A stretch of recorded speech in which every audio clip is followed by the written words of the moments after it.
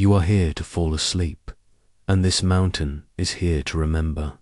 Beneath your tired thoughts, beneath the quiet ticking of night, an ancient land lies waiting, stretched wide like a scroll of mist and ink. It is not loud. It does not demand. It simply is, stone, silk, and silence. This is China, a country older than memory, where emperors rose like stars and faded like dew. You do not need to remember their names. The mountain does that for you. Tonight there will be no battles. To win, only rivers to follow, pagodas to pass, poems to hear whispered through bamboo. Let history drift gently over you like falling snow, slow, delicate, and full of things you already know, somewhere deep inside. No tests, no dynasties, no timelines, just the long, quiet breathing of a civilization that never hurried. So close your eyes, let go, and we'll begin. Where all beginnings begin, in the hush before the first dynasty dreamed itself awake, before you can name it. Before even the word China exists, you arrive in a place where the earth has no flag, and the wind carries. No borders, only breath. You are not yet walking on a nation, but on a story waiting to be told, carved into riverbanks and firelit cave walls. Beneath your bare feet, the yellow river curls like a coiled dragon, and the Yangtze hums low and eternal, carving its way through the bones of a land that is already remembering itself.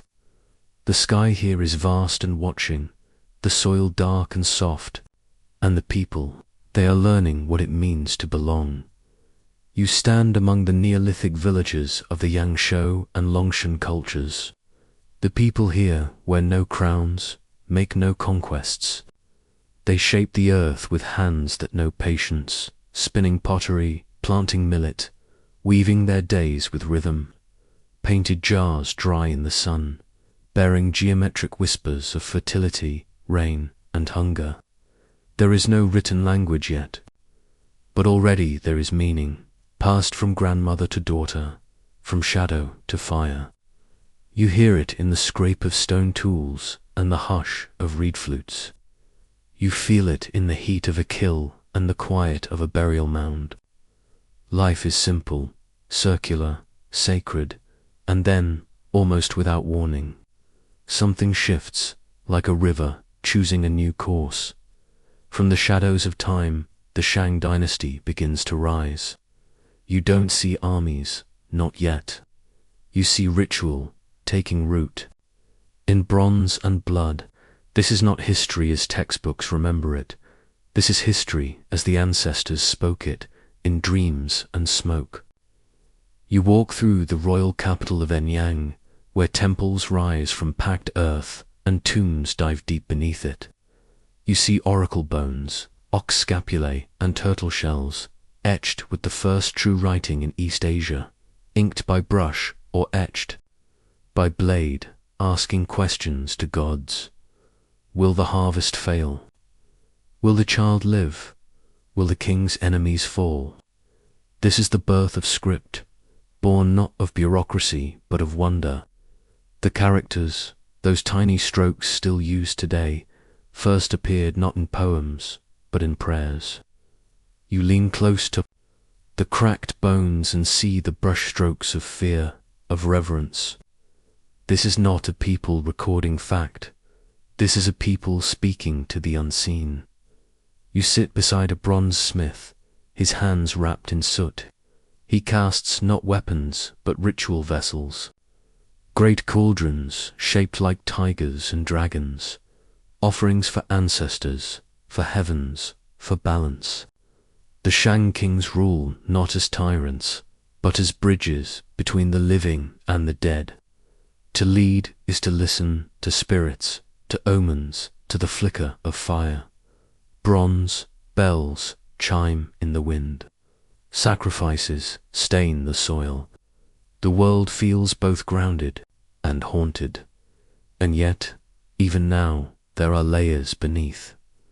Before the Shang, others had lived. Their names are softer, almost lost, but their tools remain. Their patterns repeat like a hum beneath the centuries. The Urartu culture, some say, may have belonged to the mythical Shire dynasty, that dreamlike first kingdom whispered of in later chronicles. No one is certain if they ruled, or if they were simply remembered into being. But you see their city, its palaces on raised platforms, its bronze fragments, its broken jade, and something inside you knows. Even myths have roots. Time continues. The Shang begin to fade, not with collapse but with replacement, like the moon slipping behind clouds. From the west, a new power stirs. The Zhou, they claim the mandate of heaven. A phrase that will echo across every dynasty to come. You feel it like thunder in your chest. The idea that a ruler does not own the land, but borrows it, with heaven's permission, and heaven can always take it back. But that is the next chapter. For now, you lie beside the river. The wind is thick with pollen. Somewhere in the distance, a flute plays a melody older than walls. You close your eyes and feel not a country, not an empire, but a continuity. The breath of the ancestors is still in the air. The characters are still wet on the bones, and the mountain that remembers every emperor, it is still dreaming them into being. You wake into a new rhythm, one still cradled by rivers, but now tethered to stars. The bones have finished whispering, and in their place a larger voice emerges, one that speaks not only to the dead, but to the cosmos itself. You are no longer walking among scattered villages and sacred urns. You are standing at the edge of a vision where kings do not merely rule with swords, but with celestial permission. It is the Zhou who teach you this, that heaven watches and heaven decides. The Zhou dynasty does not begin with glory, it begins with judgment. In the waning days of the Shang, corruption swells like heat beneath still water. The last Shang, King Zhou Xin, is remembered not for wisdom, but for excess and cruelty. Wine flows in moats. Ministers are punished for truth. The gods turn their faces away, and in the west, a noble house listens. You walk now beside King Wu of Zhou. Not yet emperor, not yet remembered. He stands on a battlefield beneath a sky thick with dust and destiny. His father, King Wen, had seen the signs, had studied the I Ching, had read the changes in wind and war. But it is the son who will act. The Battle of Mai unfolds like a story already written. The Shang fall, the Zhou rise, and in that moment, an idea is born that will echo for thousands of years, the mandate of heaven. It is not a throne they seize, it is a responsibility. Power, they say, is not a birthright. It is a loan from the heavens, conditional, divine. When rulers are just, they are aligned with the cosmos. When they are cruel, heaven revokes its blessing through rebellion, famine, flood. The people, once silent, now have a moral compass. Revolution, in this framework, is not treason. It is justice. This idea, soft and invisible as wind, becomes the backbone of every dynasty to come. It offers legitimacy to the conqueror and humility to the king. And it begins here with the Zhou.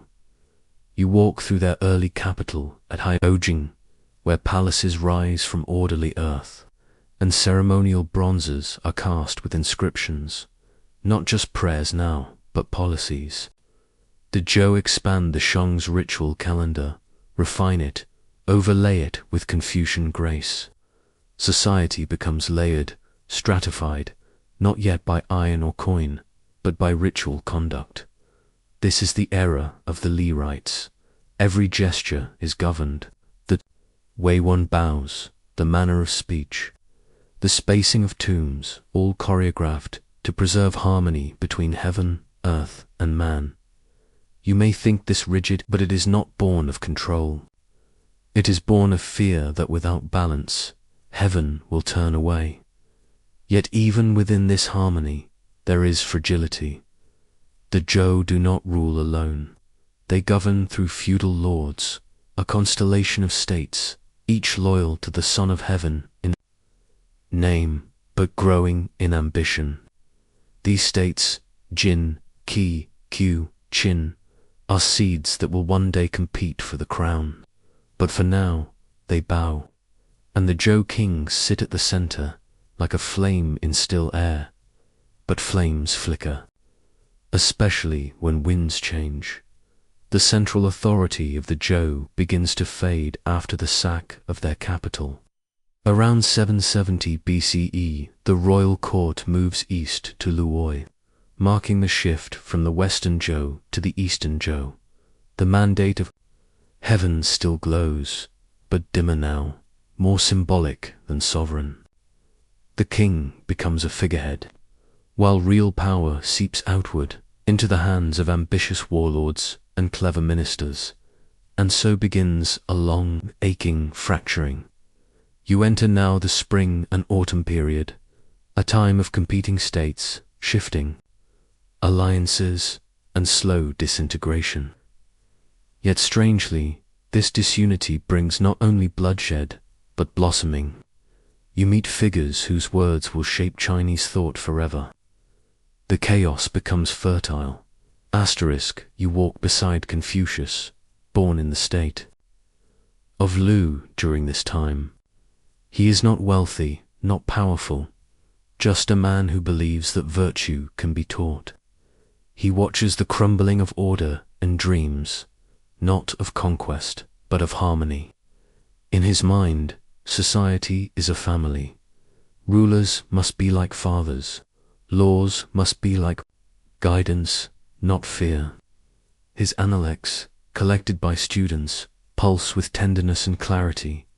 To govern is to rectify names. A gentleman is calm without arrogance. Filial piety is the root of virtue. And you walk beside others, Laozi, who dreams of stillness, Mozi, who calls for universal love, Zhuangzi, who laughs at distinctions and floats on butterflies. The disintegration of the Zhou brings with it not despair, but philosophy, a flowering of human questions, tender and raw, written into bamboo slips and whispered in stone courtyards. And you walk beside others, Laozi, who dreams of stillness, Mozi, who calls for universal love, Zhuangzi, who laughs at distinctions and floats on butterflies. The disintegration of the Zhou brings with it not despair, but philosophy, a flowering of human questions, tender and raw, written into bamboo slips and whispered in stone courtyards.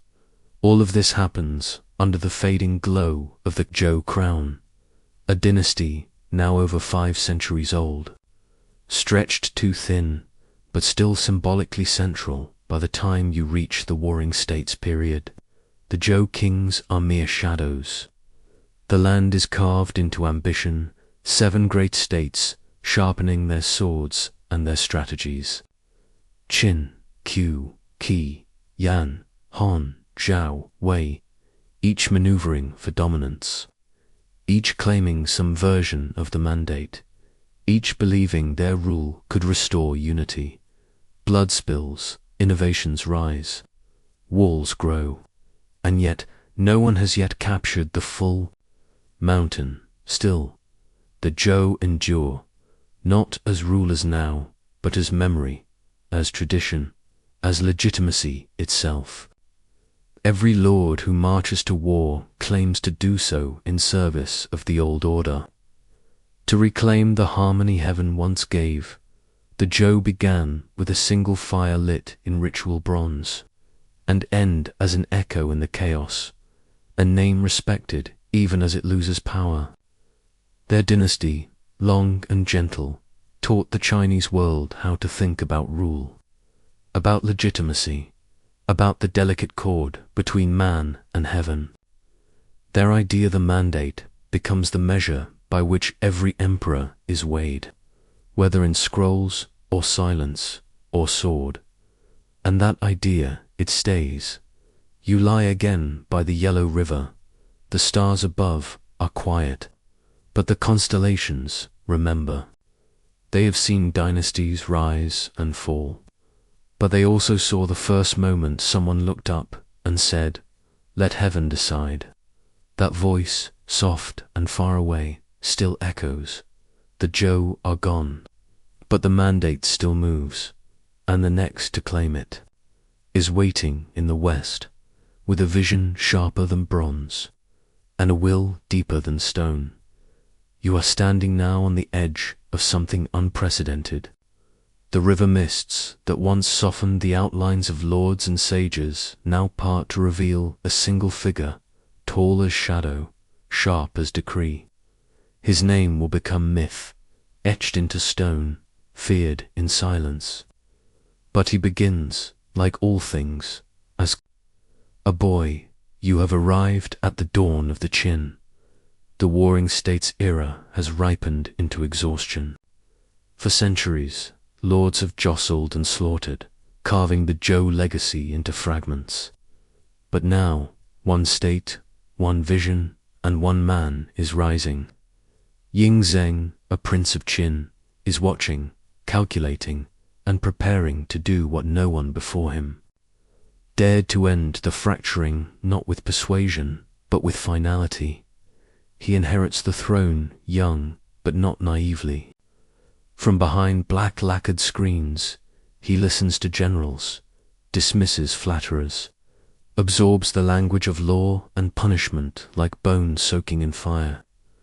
You walk with him through the halls of Shenyang, where the air smells of ink and iron. His kingdom is strict, disciplined, forged through the teachings of legalism, a philosophy not of virtue or compassion, but of obedience, hierarchy, and power, unlike Confucius, who taught through example, or Laozi, who whispered of surrender. The legalists say, man is selfish and must be shaped by force. There is no ambiguity here. Reward the loyal, break the disobedient. Make the law visible, like stars in the sky, and just as unchangeable. With this as his spine, Ying Zhang begins to strike. One by one, the other 6 kingdoms fall. Han, Shao, Yan, Wei, Ku, each absorbed, not gently, but through siege, strategy, and the slow grinding of war. It takes 10 years, but when it ends, for the first time in recorded history, the scattered Chinese world becomes one. It is 221 BCE. Ying Zhang does not call himself king. He takes a title never used before, Shi Huangdi, the first emperor. You hear it whispered everywhere, not with joy, but with awe. He is no longer man, he is concept, a living mountain, a shadow that stretches across plains and laws and temples. He rules not just by sword, but by standardization. He unifies currency, weights, measures, even writing systems. You walk through his empire and see identical axles on carts, identical lengths of bricks, the same characters inscribed from east to west. His dream is not conquest, it is control, but all control comes at a cost. Shi Huangdi distrusts difference. He distrusts debate. He distrusts memory, so he burns the past. In 213 BCE, scholars are ordered to surrender all philosophical texts not related to the legalist canon, books of Confucianism, of poetry, of history, gone in fire. The story varies. Some say 460 scholars are buried alive. Some say they were sent to build walls, never to return. All agree, silence descends. And yet, ironically, The emperor dreams of immortality. Obsessed with defeating death, he sends envy across oceans, alchemists into forests, in search of the elixir of life. He drinks mercury, he builds hidden chambers, he sculpts a city beneath the earth where he will rule forever, guarded by an army of clay. You descend into that tomb now. It is quiet, cold. The lantern light flickers on row after row of terracotta warriors, each one unique, hand-painted, armored, lifelike horses, archers, generals, an entire ghost army standing ready. The first emperor sleeps in the center, beneath a ceiling painted with stars, surrounded by rivers of mercury meant to mimic the real flow of China's great waterways. The tomb has never been fully opened. Perhaps it never will. Above ground, his legacy fractures quickly. The Qin dynasty, so vast and sudden, cannot survive its founder. Within years of his death, in 210 BCE, rebellion spreads. His son is weak. The laws are too heavy. The people exhausted. The mandate of heaven once again shifts. But even in collapse, the first emperor's echo lingers.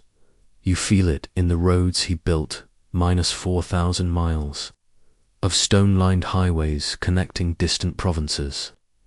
In the scripts he standardized, still legible today, and most powerfully in the wall.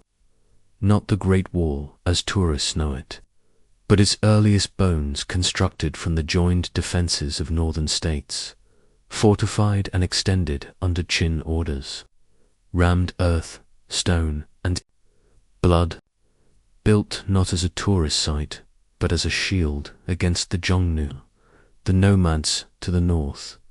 You walk that early wall now, your hands brushing the crumbling surface. The wind here speaks in older syllables. Beneath your fingers, mortar holds. More than stone, it holds suffering. Countless lives lost in its making, swallowed into the dust. And yet it still stands. Even in ruin, it whispers. Someone once believed in permanence, and perhaps that was the first emperor's greatest mistake, thinking anything could truly last forever. But even as his dynasty dies, the idea of China, whole, centralized, powerful, takes root. The next rulers will not forget him. They will copy him, argue with him, reimagine him, but they will not erase him. He was not kind, but he was foundational. As you drift from his era, you feel the temperature shift. Qin are gone, but from their ashes, something gentler is stirring. A dynasty that will take the unyielding clay of empire and breathe humanity into it, that will open up the roads, reopen the books, and soften the law. A dynasty that will last not decades, but centuries. You look one last time at the buried army still standing, still watching. Then you step forward into the light of the Han. You step now into a dream softened by the ashes of iron rule. The first emperor is gone, and his walls no longer echo with his voice. The Qin dynasty, though mighty, proved mortal.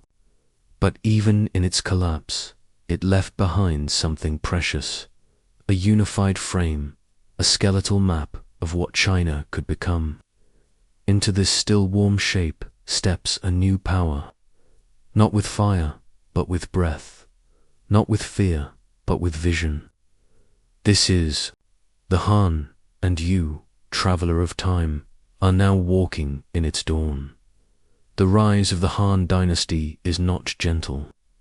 It begins amid rebellion, blood, and shifting loyalties. But from that storm emerges Liu Bang, a man of low birth and high resolve, once a minor official, now a founder. He takes the name Emperor Gaozu, and with it he plants the first seed of what will grow into one of the longest, most luminous Dynasties in Chinese history. A dynasty that lasts for centuries. A dynasty that feels like China. You walk through his early court and find something different here. The law remains, but it bends. The punishments are lighter. The voice of the people returns in murmurs and songs. Confucianism, once burned, is revived. The Han emperors understand what the Qin did not. Stability grows not from control, but from trust. You watch them build not only cities, but consensus. Advisors debate, scholars return. Archives reopen. The brush is as honored as the blade, and as the bureaucracy expands, it becomes not a tool of tyranny, but a quiet engine of continuity. The Han refine government into a profession. Civil service becomes a sacred path. Entry is not by birth, but by learning. Examinations begin. The nation learns to listen to competence, and it listens to the stars. Astronomy blossoms in the Han. You tilt your head and see scholars mapping the constellations, tracking eclipses, recording comets, not as omens, but as patterns. The cosmos becomes a mirror, reflecting the rhythms of empire. In the heavens, they see cycles of virtue, of decay, of restoration. The emperor is called the Son of Heaven, not just by tradition now, but by celestial logic. You feel the Han expanding outward and inward. Under the great emperor Wuhan Wudi, the dynasty stretches its limbs. He is no gentle administrator. He is a builder, a conqueror, a patron of philosophy and steel. Under his rule, China pushes west into Central Asia, into regions called Fergana, Bactria, and beyond. But more than territory, what he truly opens is a corridor of connection, a path that would later be called the Silk Road. You ride it now in your mind, on a camel that sways under desert heat. You pass through Dunhuang, where Buddhist caves bloom with murals and lamps. You cross mountains and market towns. You see Chinese silk exchanged for Roman glass, Persian silver, Indian spices. Merchants don't speak the same language, but they share gestures, smiles, ledgers. A global pulse begins, slow, uncertain, miraculous. Silk becomes more than fabric. It becomes identity. Back in the capital of Chang'an, the streets swell with sound. Here you smell lacquer and honey, horse sweat and ink. Here you pass courtiers, in robes of embroidered dragons, poets reciting verses near lotus ponds, musicians plucking zither strings beside open courtyards. The world feels whole, connected, human dot, but beneath the wealth, beneath the light, there are still shadows. The empire is large, and so is its hunger. Taxes grow, labor burdens mount, fortunes accumulate in fewer hands. Confucian values are preached, but not always practiced. And as dynasties stretch, they often forget how to bend. You walk through villages where farmers plant rice and millet under watchful eyes, hoping the harvest will please both landlords and sky. You hear whispers of inequality, not loud yet, but building still. The Han continue. They innovate, inventing the seismograph, the armillary sphere, and most quietly, perhaps most beautifully, paper. No longer must ideas be scratched into bamboo or etched onto silk. Now they flow on sheets. Of mulberry pulp, light as breath, thought becomes portable, memory becomes foldable. The future becomes WRITABL, and thought itself deepens. Sima Qian, the grand historian, crafts a monumental chronicle, the records of the grand historian, Shiji, a tapestry of dynasties, emperors, and commoners alike. His voice is personal, mournful, brave.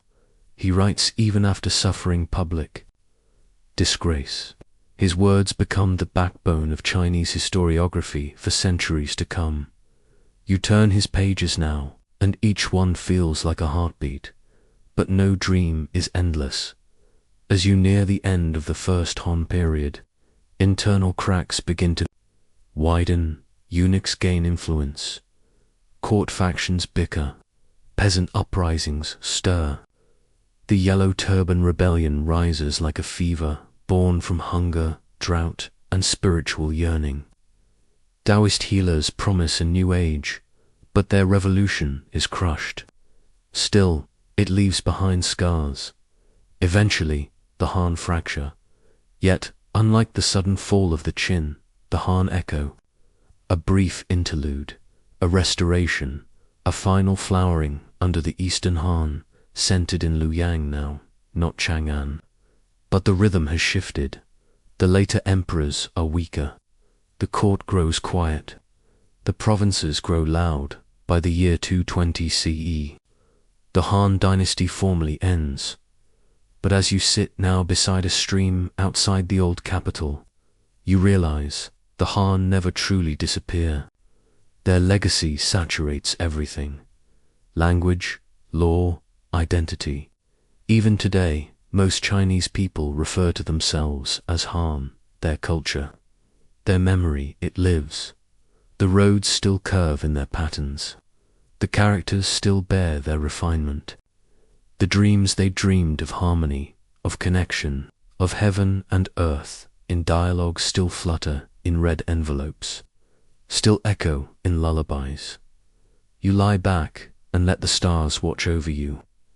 Once, the Han watched them too, and soon, from there, quiet absence, a new story will rise, one of division, heroes, and a mirror shattered into three. But for now, sleep inside the Han, where silk still rustles, where stars still speak, where the dream of China finds its breath. You drift into a different kind of silence now, not the hush of unity, but the soft unraveling that comes when something beloved breaks apart. The Han have ended, not with thunder, but with splinters, and in their place, nothing steps in fully. There is no new dynasty yet. There is no single sun in the sky. Only fragments of power, glittering like glass. And in that scattered reflection, you find the three kingdoms, Wei, Shu, and Wu, each believing they are the true heir to the world the Han left behind. You step first into the shadows of Luoyang, where the last Han emperor sits like a candle, too small for its holder. Power has already slipped from the throne and into the hands of warlords, men of strategy, charisma, and often ambition cloaked in loyalty. The empire does not fall all at once. It tilts, and in the tilt, heroes rise. You walk beside Cao Cao, the cunning chancellor who serves the Han, but rules through them. He is a poet, a tactician, a pragmatist. He fortifies the north, consolidates power, and dares to take the capital under his watch. His son, Cao Pai, eventually declares the state of Wei, ending the Han line officially. But the dream of legitimacy still pulses through every scroll, every sword. No one forgets the old order. They simply try to replace its center in the west. The state of Shu rises under Liu Bei, a man who claims descent from the Han themselves. Humble, righteous, flawed, Liu Bei gathers strength, not through fear, but through friendship and symbol. His alliances are deepened by loyalty, not convenience. Beside him stands the legendary strategist Zhu Zhiliang, often called the Sleeping Dragon. You walk with him now through bamboo groves and moonlit war camps, hearing the rustle of silk maps and the flicker of schemes. He is wisdom cloaked in humility, brilliance softened by patience.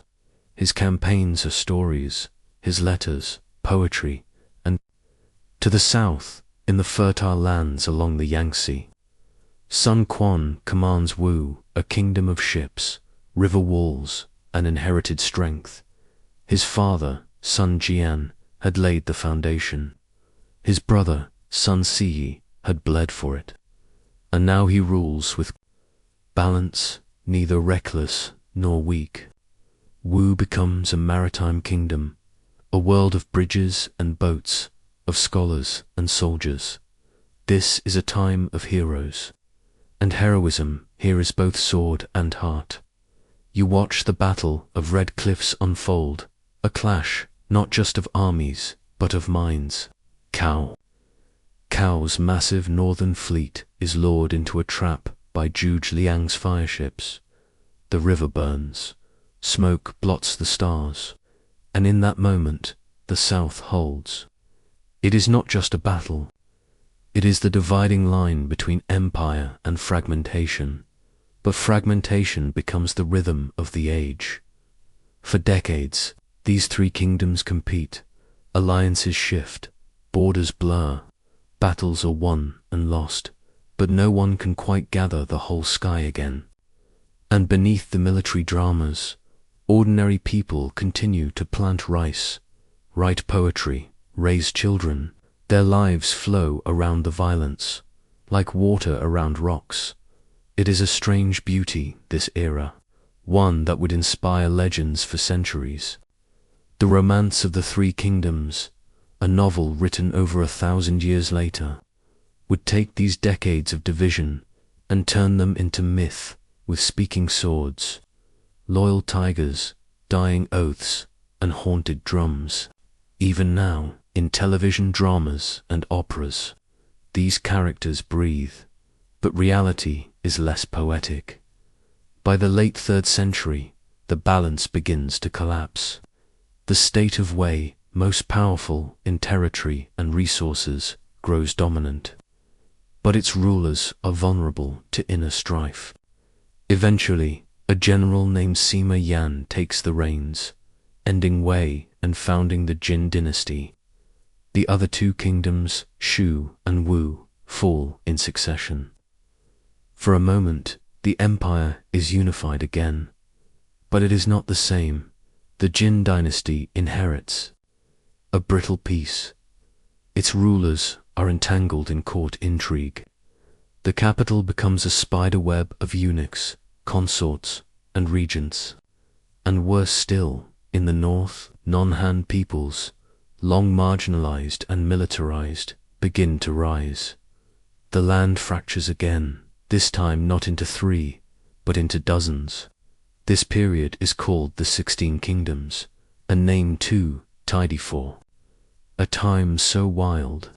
You walk now through shifting thrones, brief reigns, and cities that change flags in a fortnight. Northern China becomes a kaleidoscope of tribes, dynasties, and ambitions. The south, meanwhile, clings to memory ruled by the Eastern Jin, a shadow of the Han, preserving poetry and protocol like candles in the wind. And yet, even here, beauty grows. You find yourself in the gardens of southern scholars, where the past is recited like prayer. Calligraphy reaches new heights. Buddhist monks translate sutras under moonlight. Painting becomes introspective, not of battle, but of mountain, mist, and solitude. Out of disorder comes contemplation, and in the north, something new stirs. Among the non-Han rulers who rise, one state begins to see itself not merely as conquerors, but as heirs. The Northern Wei, founded by the Xianbai people, begins a process of Sinicization, adopting Chinese language, dress, and law. Its rulers move their capital to Luoyang, revive ancient rituals, and commission stunning works of art, including the Yonggang and Longmen grottos, where colossal Buddhas are carved into cliffs, serene and watchful. Here, in these caves, you kneel before a smile thousands of years deep. It belongs to no single dynasty, no single king. It belongs to the enduring soul of a civilization that remembers even when it forgets. By the late 5th century, the northern and southern dynasties emerge a divided but stabilized map. The north, bold and mixed. The south, refined and nostalgic. And between them, a tension that would last another century. But the ground is preparing to shift again, soon. A man will rise who dreams not just of rule, but of restoration, who will reunify the land, rebuild the Grand Canal, and light the torch for one of China's most brilliant periods. But that belongs to the next dynasty. For now, you rest in the mirror shards, in the legends of Guan Yu, in the cleverness of Zhuge Liang, in the forgotten capitals and temporary thrones. The empire was broken, but memory remained whole, and in the fragments, the future was already gathering. You open your eyes into a golden light, soft and radiant, pouring over rooftops of curved tile and upturned eaves. The wars have quieted, though the land still breathes with the memory of division. And yet, something luminous rises. Now, not with sword, but with brush. You are standing at the beginning of the Tang dynasty, and around you, China exhales. The mirror once shattered is being pieced back together, not just by politics, but by poetry, pilgrimage, and painted thought. The path to Temps begins with the Sui dynasty, short-lived but essential. You walk beside Emperor Wen of Sui, a northern general who conquers the south, reunifying China in 589 CE. Though his reign is brief and his methods harsh, his accomplishments lay the foundation for what comes next. He rebuilds the bureaucracy, revives the Confucian classics, and carves a watery spine through the empire, the Grand Canal, stitching grain-rich south to capital-hungry north. His son, Emperor Yang, pushes too far.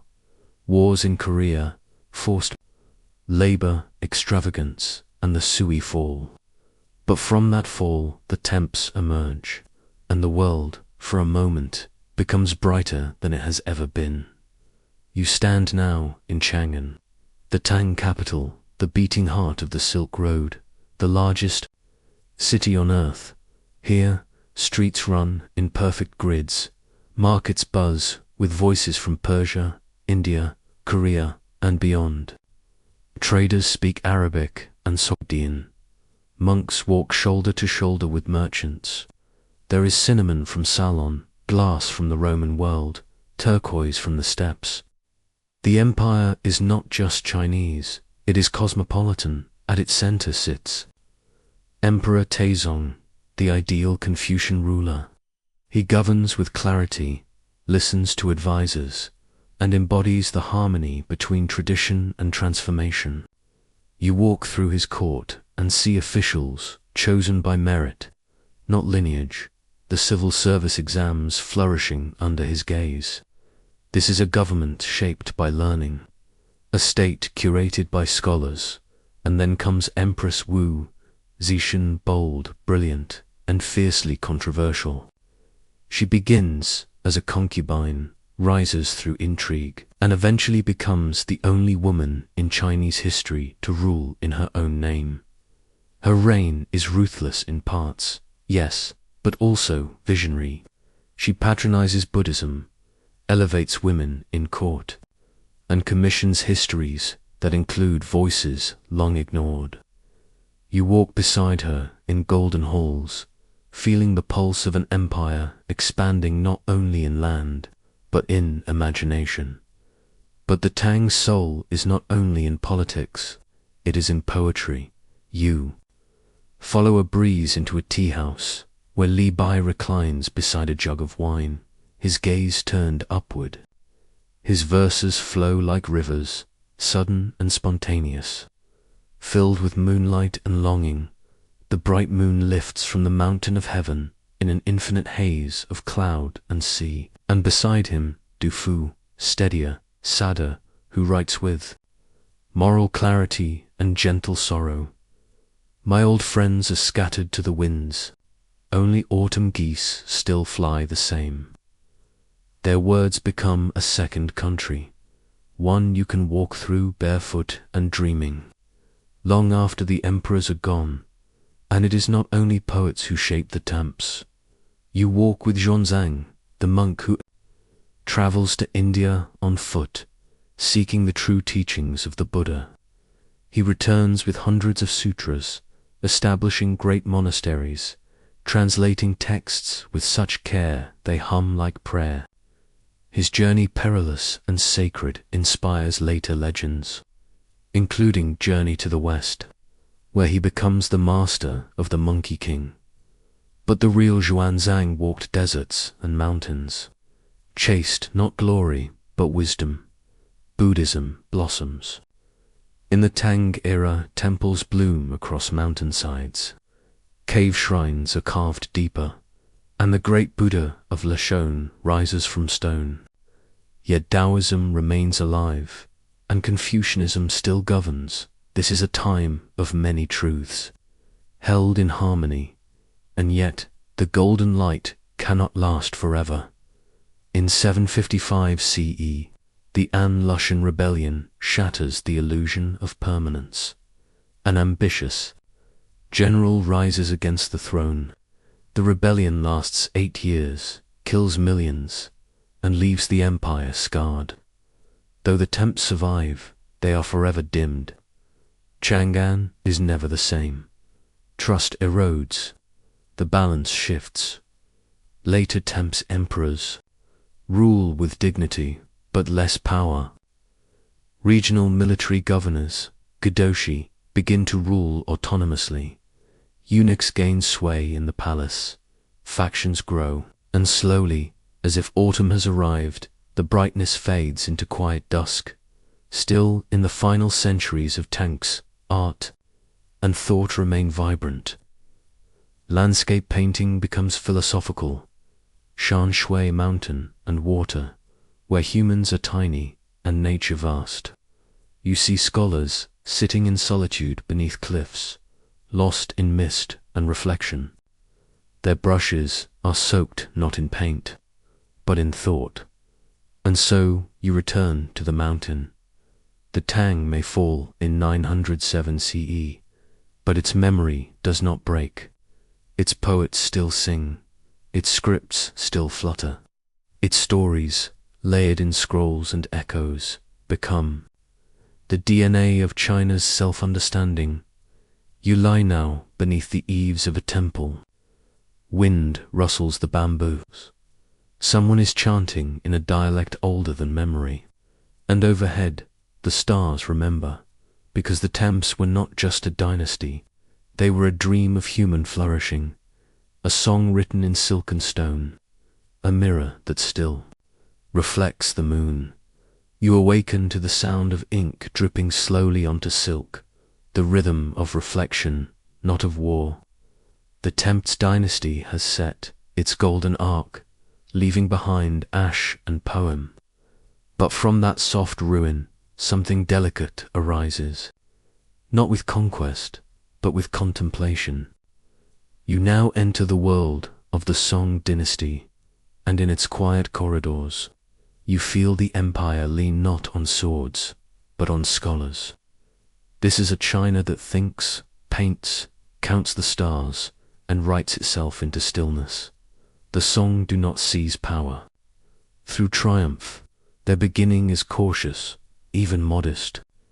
After the fall of the Temps, the realm fractures once again into smaller kingdoms, the 5 dynasties and 10 kingdoms. A disordered constellation scattered across north and south.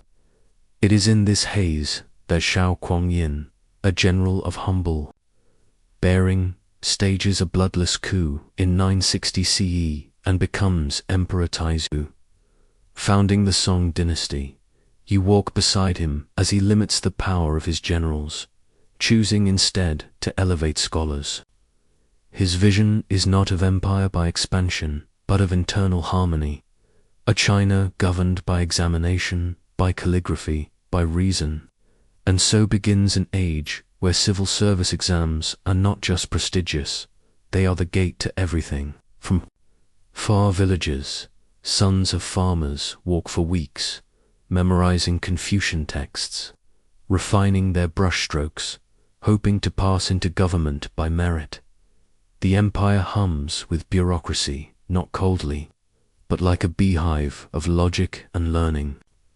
Neo-Confucianism blooms, a renewal of old teachings, made subtler, more metaphysical. Scholars like Jushi write of balance between heart and cosmos, of moral cultivation as a path to social order. Philosophy becomes practice, and ethics a way of being. You walk the streets of Kaifeng, the capital of the northern Song, bustling, layered, alive. Shops overflow with books, inks, fans, medicine. Rivers wind through markets. Lanterns swing in the dusk. A man sells freshly printed pages, for here printing has become movable. Woodblocks give way to innovation. Information multiplies. And mathematics, too, awakens. Astronomers revise calendars with astonishing precision. Engineers construct hydraulic clocks, spinning towers of bronze and water to mark time's passage. Inventors write treatises on mechanical devices, odometers, windmills, and water-powered mills. You peer over their shoulders as gears turn, quietly beneath lacquered casings. But the song's genius is not only in machines, it is in art. You enter the studio of a landscape painter. He does not paint men, or battles, or emperors. He paints distance, mist curling between peaks, pines leaning toward silence, a single fisherman in a boat too small to hold the horizon. The world becomes a poem without words, nature vast, human life small but meaningful. And in poetry, this feeling deepens. You sit under moonlight, as she recites his verses, balancing wit, grief, and transcendence in a single breath. The river flows eastward. The stars are vast. Yet all things pass, like dreams. The song is an age where thought becomes beauty. But beauty, as always, is fragile. Though rich in culture, the Song are weak in war. Their military is disciplined, but underfunded. Their northern neighbors, the Khitan Liao and later the Jurchen Jin, are strong, swift, and unafraid. In 1127, disaster arrives. The Jurchens invade, seize the capital, and capture the emperor in what will be called the Jinkang Incident. The heart of the dynasty is torn out, but the Song do not disappear. They shift. A prince escapes south. In Linen, modern-day Honjo, the southern Song rise, slimmer, more agile, still brilliant. Here geography protects them. Rivers and lakes shield from cavalry. And though smaller, this southern empire becomes a jewel. Trade blossoms, ocean ships grow larger. Merchants begin to rival ministers in wealth. You walk the harbors of Tromsø and see masts from India, Arabia, Southeast Asia. China is not isolated. It is interwoven with the world. Yet the memory of the North aches. The Song never forget that they are half of what they once were. Diplomatic missions, tributes, even marriages are offered to reclaim lost land. But none succeed. And on the horizon, another power is rising. Not just another steppe dynasty, but a storm. You see it approaching. The Mongols, under Genghis Khan, begin their sweep across Central Asia after his death. His grandson, Kublai Khan, takes up the ambition to conquer all of China, and slowly, ruthlessly, he advances. The southern Song resist. They fortify, plead, innovate.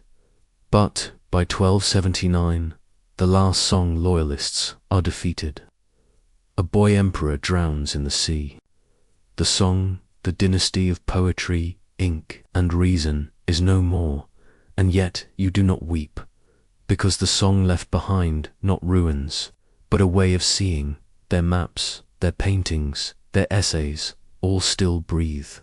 Their legacy is not in power, but in how they remembered the world, through harmony, through stillness, through thought. As you lay down your head, you imagine the brush in your hand.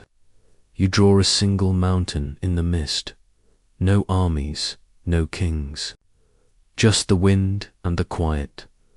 The song knew the world could not be held by force, so they painted it instead.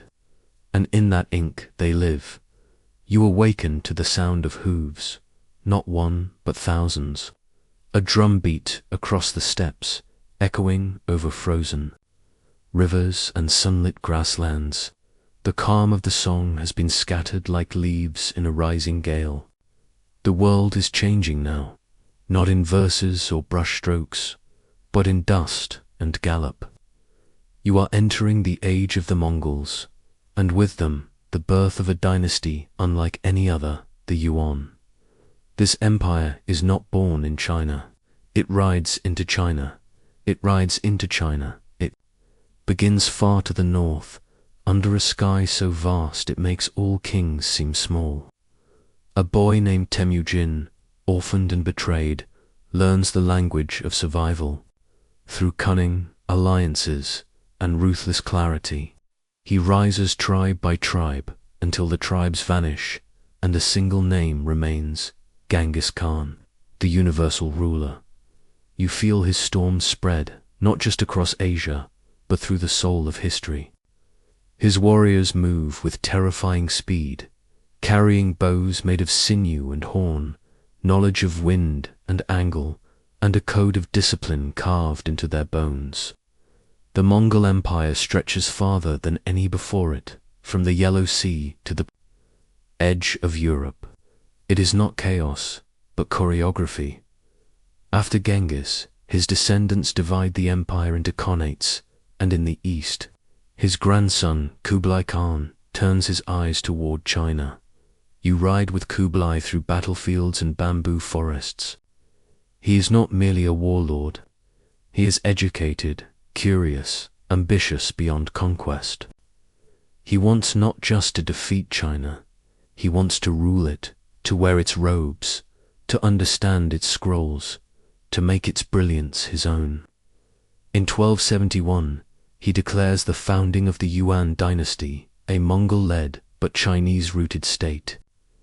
And in 1279, after decades of siege and struggle, he conquers the last remnants of the Southern Song. You walk now through the great capital he builds. Dardu, today's Beijing. Wide avenues, organized canals, vast markets. The city pulses with energy from every corner of the world. The Mongols, unlike previous conquerors, do not close China. They open it. Under the Yuan, foreigners are welcomed, even favored. You hear Persian spoken in the treasury, Arabic in the astronomers' quarters, Sanskrit among Buddhist monks. One traveler, Marco Polo, a Venetian, arrives and spends 17 years in the court. He returns to Europe with tales of burning coal, silk roads, and palaces glittering like mirages. His book shapes how the West imagines the East for centuries, but inside China, the Yuan are both admired and resented. The Mongols maintain ethnic hierarchies, with Mongols at the top, Central Asians and foreigners next, and the Han Chinese placed beneath. Government positions are distributed unevenly. The old Confucian exam system is suspended. Scholars are sidelined, and the rituals of governance are recast through foreign eyes. You walk through a Confucian academy, now quiet, its scrolls unopened. You feel the ache of those who remember the song, the poets, the officials, the teachers, and now must bow before generals who do not speak their language. And yet, the Yuan are not without brilliance. Kublai Khan supports infrastructure, rebuilding the Grand Canal, stabilizing grain routes, repairing bridges and roads. He commissions advances in astronomy, promotes paper money, and keeps a complex postal relay system humming across the empire. The blue and white porcelain of the yuan becomes world-renowned, elegance shaped by fire and cobalt. You visit the great city of Hangzhou, still radiant, and the port of Chuanzhou, now one of the busiest in the world. Chinese merchants trade freely with Arab, Indian, and Southeast Asian ships. Buddhism thrives alongside Islam and Christianity. The yuan world is plural, hybrid, alive, but beneath the surface, pressure builds. The Mongol elite become increasingly removed, speaking their own tongue, living in separate enclaves. The Chinese majority, burdened by taxes, floods, and plague, grow restless. By the early 14th century, the yuan court weakens. Succession disputes fracture the ruling family. The empire, once unified by gallop, begins to slow, stumble, fragment. Nature turns to the Black Death, moving from west to east, begins to darken the ports and rivers of China. Crops fail. The Yellow River shifts its course again, drowning some villages, drying others. Famines follow, banditry spreads, and among the people a quiet hunger stirs, not just for food, but for identity. You walk into a village where secret societies meet by candlelight, groups like the Red Turbans, blending Buddhism, Taoism, and rebellion. Their chants are mystical, but their goals are real: to reclaim China for the Han, to cast off the yoke of the steppe. By the 1350s, uprisings blaze across the countryside, and among the rebels rises a former peasant monk named Zhu Yuanzhang. Fierce, pragmatic, and charismatic, he gathers strength in the south, seizes city after city, and by 1368 storms into Dadu. The last Yuan emperor flees north. The Mongols vanish into the grasslands, and Zhu declares a new dynasty, the Ming. But as the Mongols retreat, they do not vanish completely. In the north, in the steppe wind, they still whisper. The Yuan dynasty is over, but the memory of Mongol rule lingers, both feared and admired. They showed the world that borders were porous, that empires could be mobile, that the horse could outrun the wall. As you lie beneath the stars tonight, you remember the strange paradox of the Yuan, a foreign rule that built, traded, and connected. An empire that opened the world, but could not hold its heart. A dynasty of thunder, followed by silence. The hoofbeats fade now, but their echoes shape the path ahead. You awaken now to the sound of drums echoing through a red-walled city. Lanterns glow against white stone. Robes rustle in courtyards carved with dragons. The dust of the Mongols has settled, and from the ashes of empire, China rises again, not in fragments, but as a radiant whole. This is the age of the Ming dynasty, and it arrives not as a whisper, but as a roar, proud, intricate, and determined. To restore what was lost, you begin with a name, Zhu Yuanzhang. Once a barefoot beggar, an orphan raised in a monastery, a rebel commander with sharp eyes and an iron will. He led the Red Turbans, but he outgrew them. He defeated rival warlords, expelled the Mongols, and in 1368 he declares himself Hongwu, emperor, founder of the Ming. But this is no ordinary ruler. He is scarred by famine, tempered by war, and suspicious of power not his own. You walk beside him through the new capital, Nanjing, where he rebuilds not just palaces, but the entire structure of Chinese rule. He restores the civil service, revives Confucian rituals, and abolishes the prime minister role. choosing instead to govern through direct personal command. It is orderly, it is absolute. He surveys the empire like a farmer, inspecting the soil, uprooting corruption, planting loyalty. His laws are strict, his punishments harsh. But under his reign, China reclaims itself. The land is measured, the tax system standardized, grain stored for famine years. And as he ages, he ensures the dynasty will outlive him by binding it in law, blood, and fear.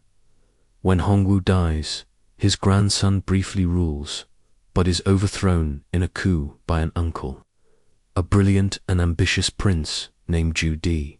He becomes the Yongle emperor, and with him, the Ming step onto a grander stage. You now walk into Beijing, which Ju Di makes the new capital. Here, he builds something extraordinary, a palace complex beyond compare, designed to be the axis of the world. You enter the forbidden city, where red lacquered gates open into halls gilded with imperial yellow. It is not just a home, it is a symbol. Every stone, every compass alignment, every stair, is a statement of cosmic authority. But the Yongle emperor is not content with walls. He turns outward, commissioning something that will astonish the seas.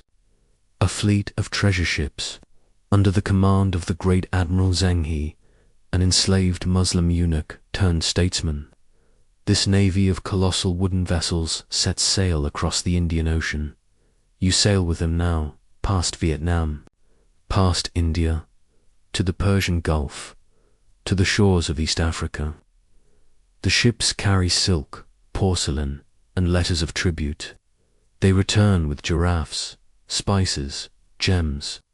Zheng He's voyages are not about conquest. They are about prestige, a performance, of power upon the waves.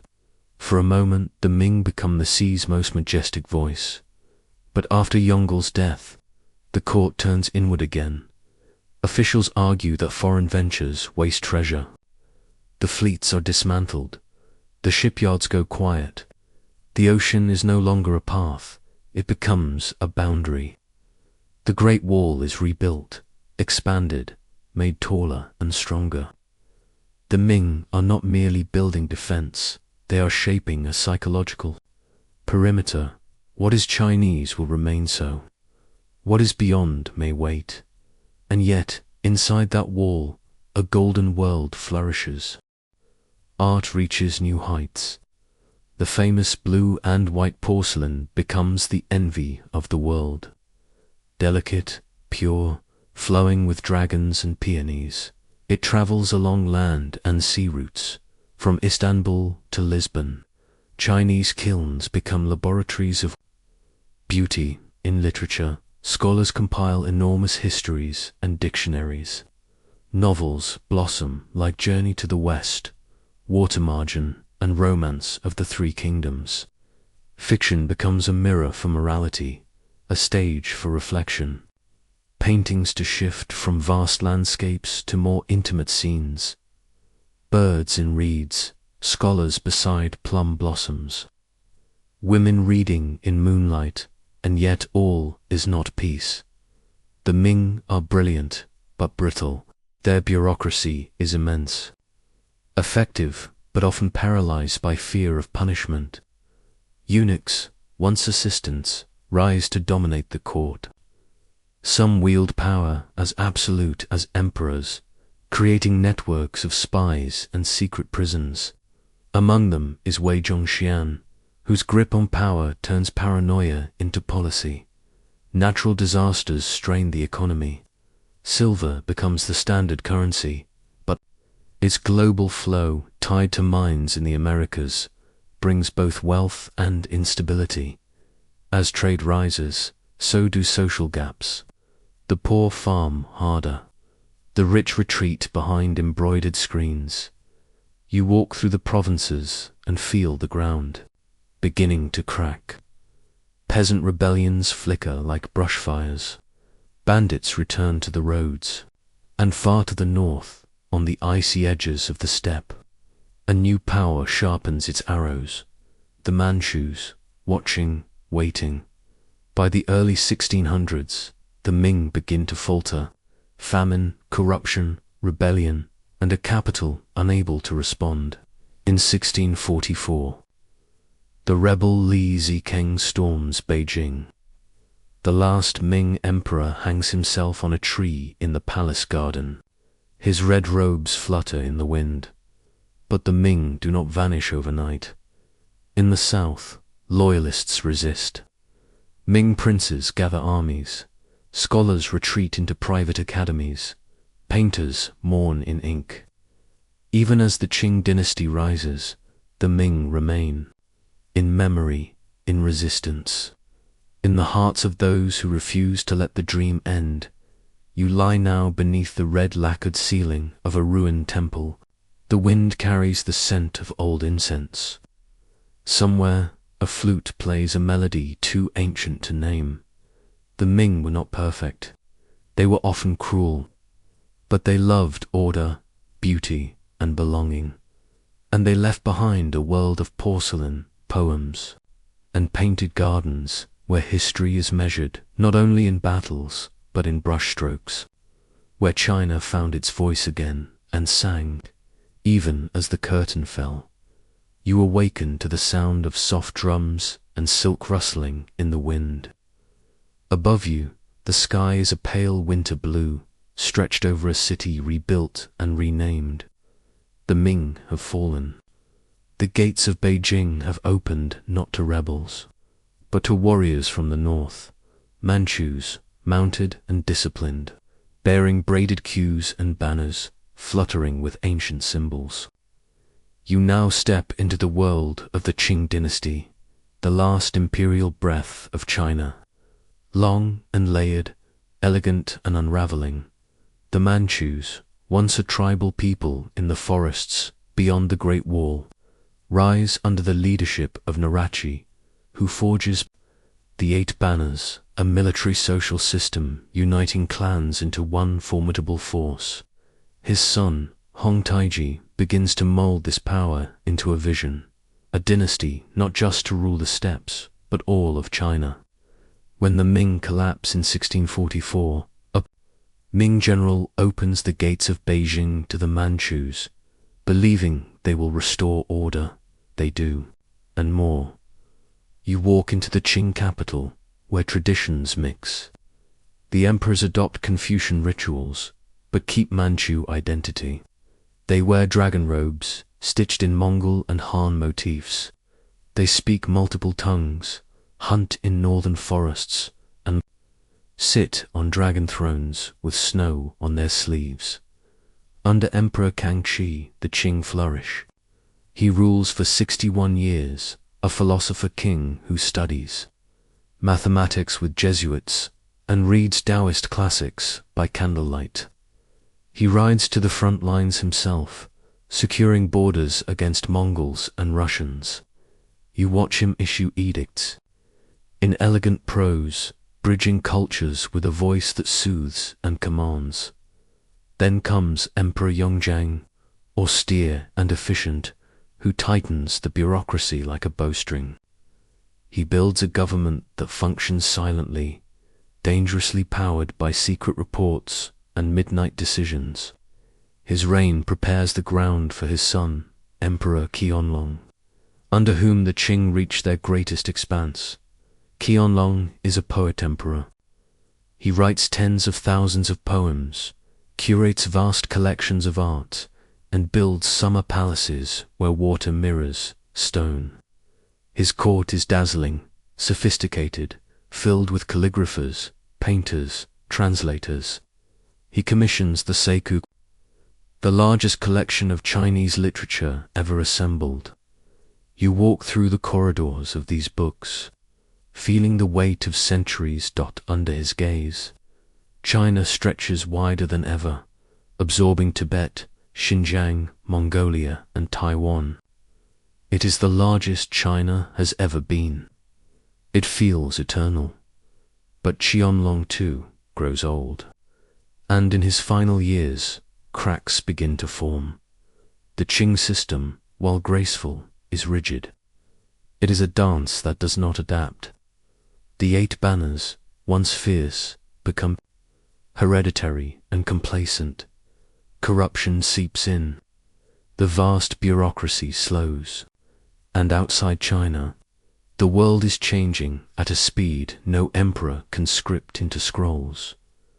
You now walk into the 19th century, an age not of balance, but of intrusion. Europe knocks not gently.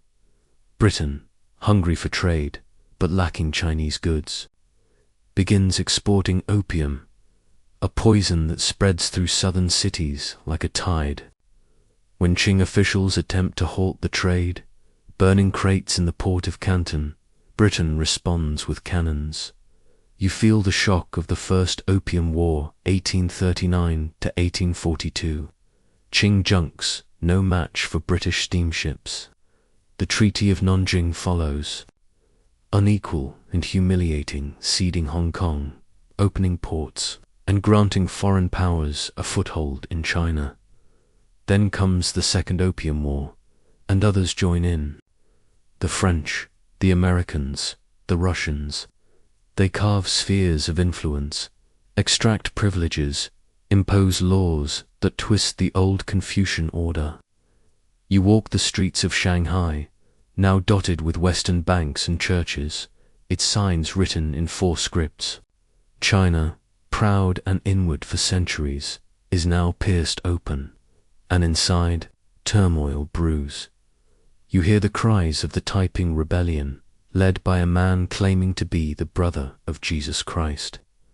His movement seizes swaths of southern China, creating a theocratic kingdom and plunging the empire into civil war. Over 20 million die, a number that silences even the rivers. The Qing, though victorious, are wounded beyond repair. Later, the Boxer Rebellion erupts, a furious mystical uprising against foreigners, but it fails, crushed by an international alliance. Beijing is looted. The Forbidden City's silence is broken by the boots of foreign soldiers, and in the palace, a woman still holds court, Empress Dowager Cixi, complex and commanding. Once a concubine, she becomes regent and rules behind the curtain for decades. She preserves the dynasty through cunning and charisma, but resists reform. By the time she supports modernization, railways, telegraphs, arsenals, it is too late. The world has moved ahead. The Qing are chasing shadows. In 1908, Cixi dies. In 1911, revolution finally erupts. The army mutinies. The provinces secede. The child Emperor Pui abdicates in 1912. You watch the dragon throne stand empty. The dynasty of banners and braids has ended, but its echoes remain. You walk through what once was the Forbidden City, now a museum. The yellow tiles still gleam in the rain. The painted rafters still bear phoenixes. And in the silence you feel the breath of centuries. The Qing were conquerors and conservators. They built an empire of unity, yet froze in place as the world blurred around them. They preserved the past while the future came storming through the gates. Tonight, you lie beneath a Qing scroll, a mountain painted in soft ink, cranes flying over pines. You trace the fading characters. The dynasty has ended, but the story continues, and China always begins again. You awaken now in a city trembling with change. The ancient rooftops still line the streets, but their shadows fall across newspapers, railway lines, factory chimneys. The air smells not of incense, but of coal. You are in early 20th century China, and the dragon has finally lowered its head. The Qing are gone. The emperor is a child without a throne, and in his place, something unthinkable is trying to rise, a republic. raw and uncertain. It begins not in a palace, but in a revolution. In 1911, a spark is struck in Wuchang Lit by soldiers, students, and visionaries who have grown weary of dynastic decline. Word spreads. Provinces declare independence one by one, like petals blowing off an old flower. The Qing collapse not in an explosion, but a slow, final breath. On February 12, 1912, Emperor Pui abdicates, and China's imperial age ends after over 2,000 years.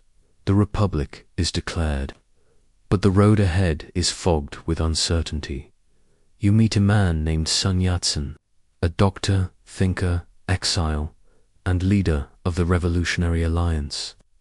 He becomes the first provisional president of the Republic of China, a soft-spoken visionary with ideals of nationalism, democracy, and people's livelihood.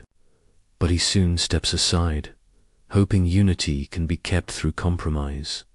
And into that space steps Yuan Shikai, a former Qing general. Confident and commanding, he becomes president, then dreams of becoming emperor himself. His ambition fractures. The fragile new republic, provinces rebel, ideals fade. By the time Yuan dies in 1916, China has no central authority, only warlords dividing the land like rival dragons. You walk through a fractured map.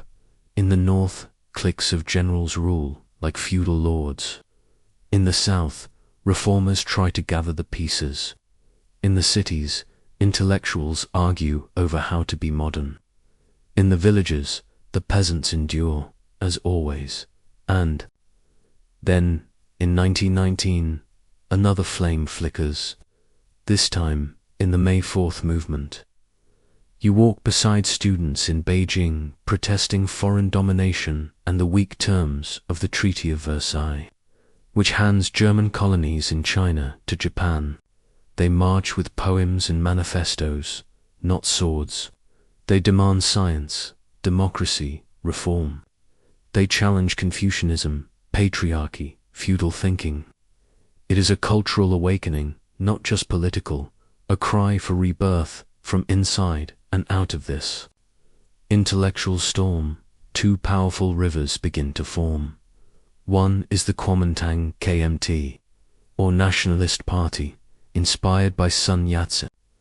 The other is the Chinese Communist Party, CCP, born in 1921 in a room above a bookstore in Shanghai, whispered into existence by students and workers. The two briefly align, united against warlords and foreign control. But the alliance is uneasy as the nationalists grow strong under a military man named Chiang Kai-shek. The partnership breaks. In 1927, the nationalists purge communists in a violent wave. The Civil War begins, a struggle not just for power, but for China's soul. You now walk into the countryside, where a young Mao Zedong rises among the communists. He believes the revolution must grow from the peasants, not just cities. His ideas take root in rural Soviets, where land is redistributed and the Red Army trains. But Chiang hunts them, surrounds them, and so begins the Long March, a retreat that becomes a legend. Over 6,000 miles through mountains, swamps, and snow. Tens of thousands die.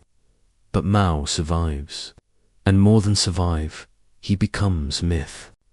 Shaped by struggle, followed like a prophet, but before the Civil War can reach its end, another enemy arrives, and all of China is engulfed in fire. In 1937, Japan invades in full force. The Second Sino-Japanese War begins, and it is hell. Cities fall, millions die. In Nanjing, you see the rivers run red as civilians are massacred in an atrocity that scars generations. The nationalists fight, the communists fight. Old rivals are forced into uneasy alliance. China burns but refuses to surrender. By 1945, Japan is defeated, but the peace is an illusion. The Civil War resumes. The nationalists, backed by the US, hold cities and coastlines. The communists, growing in rural strength and morale, move in waves. By 1949, it is over. The nationalists flee to Taiwan, and Mao Zedong stands in Tiananmen Square, declaring the birth of the People's Republic of China.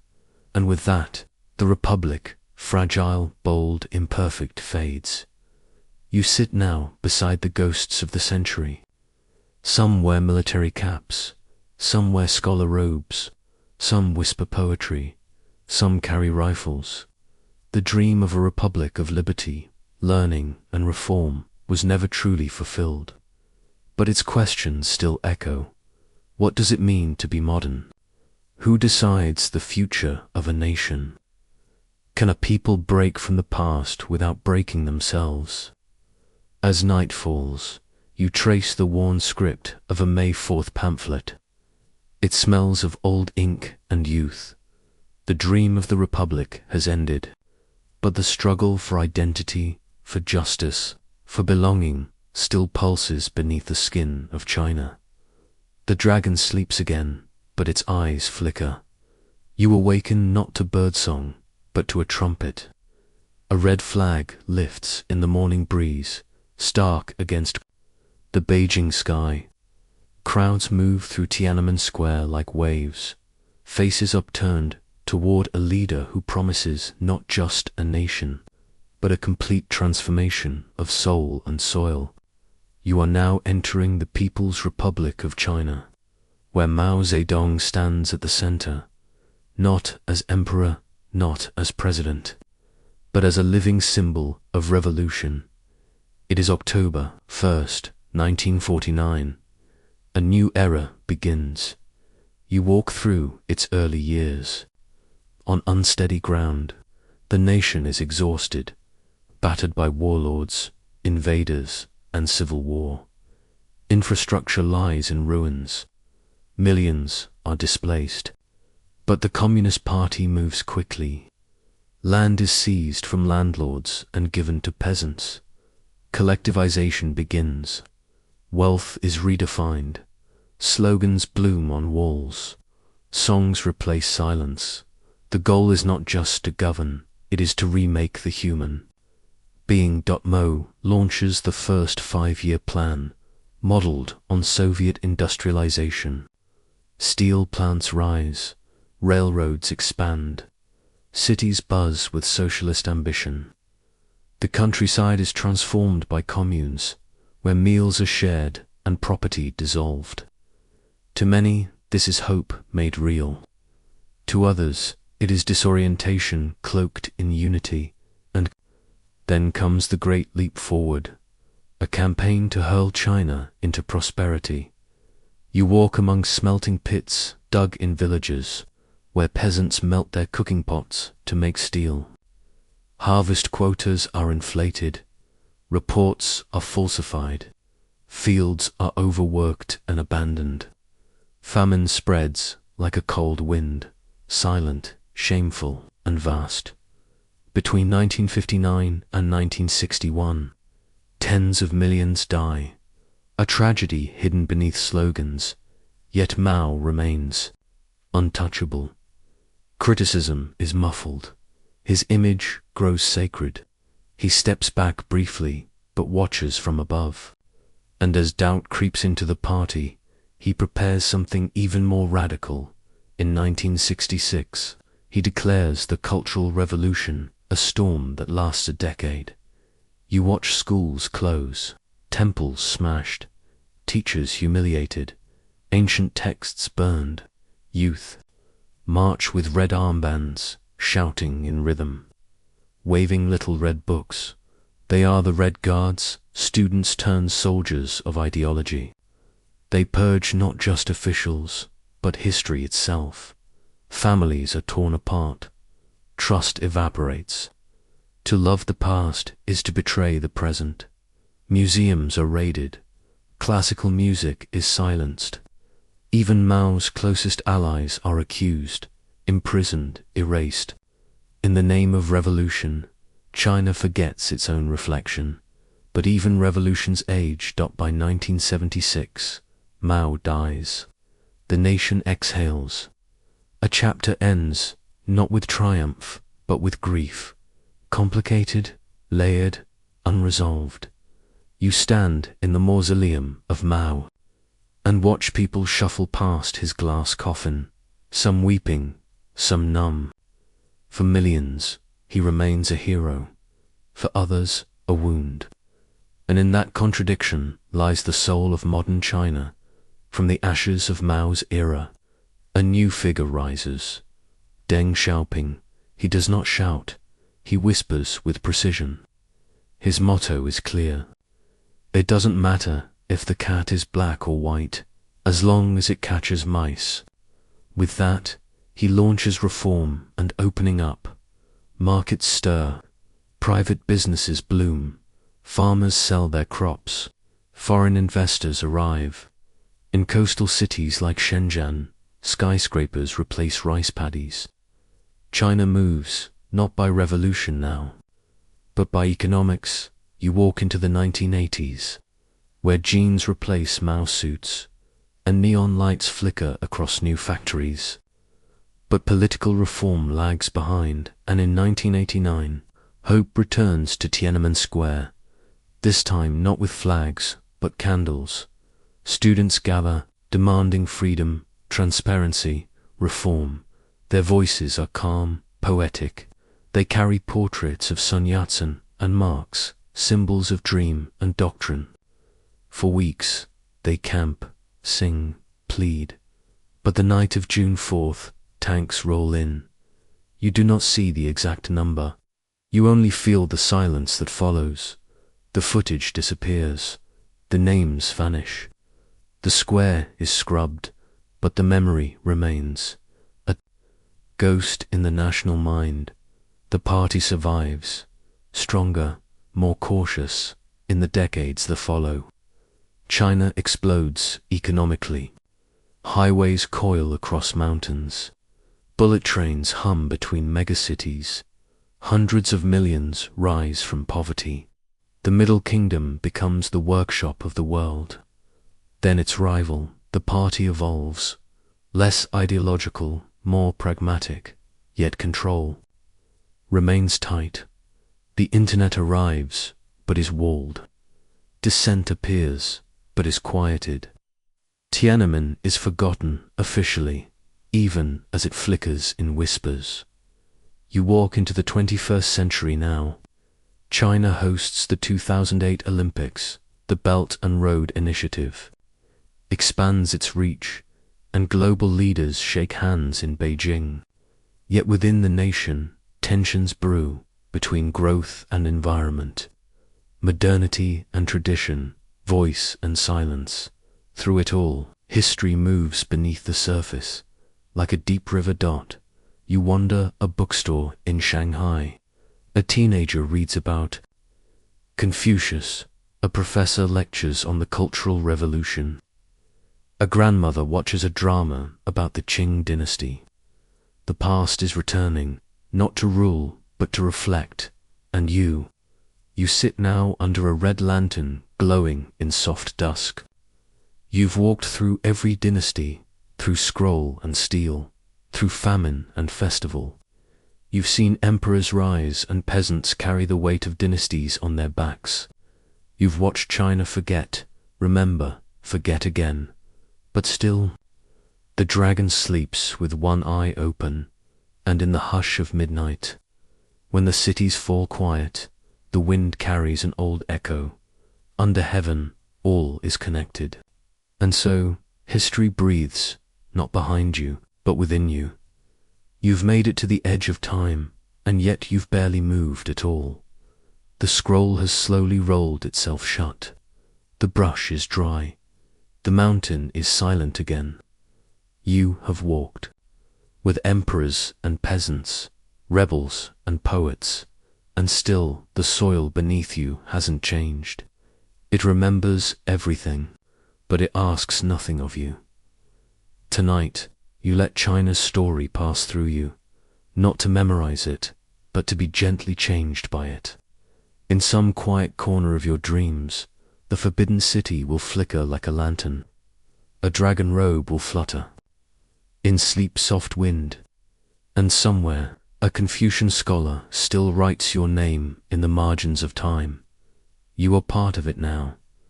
Another quiet thought on the long breath of history.